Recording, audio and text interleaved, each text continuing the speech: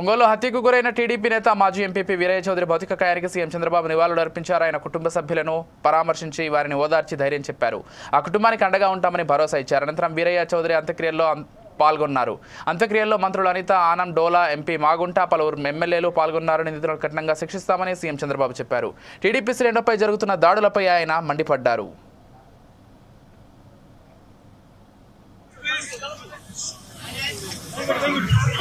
వీరయ్య చౌదరి గారి యొక్క హత్య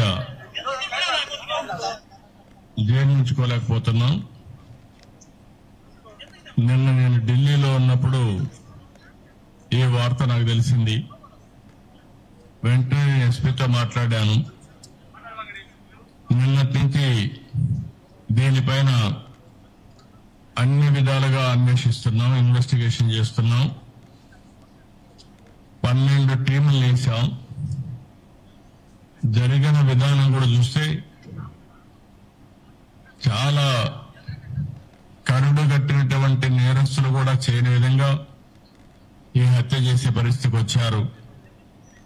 53 చోట్ల కత్తిపోట్లు ఉన్నాయి. అంటే ఇది చూసిన తర్వాత ఈ రాష్ట్రంలో ఇలాంటి ఘోరమైన వ్యక్తులు కూడా ఉన్నారా అనిపిస్తుంది. ఏది ఏమైనా 12 టీంలు పనిచేస్తున్నాయి.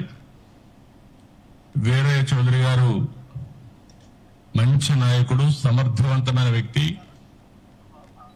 ఏదైతే యువగలం అప్పుడైతే 100 రోజులు లోకేష్ గారితో కూడా తిరిగారు.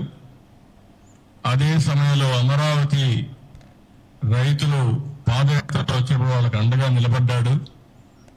అంతేకాకుండా పార్టీకి ఒక మంచి నాయకుడిగా, సమర్థవంతమైన వ్యక్తిగా ఇక్కడ పనిచేశాడు. అదే సమయంలో తెలుగుదేశం ప్రభుత్వంలో ఇలాంటి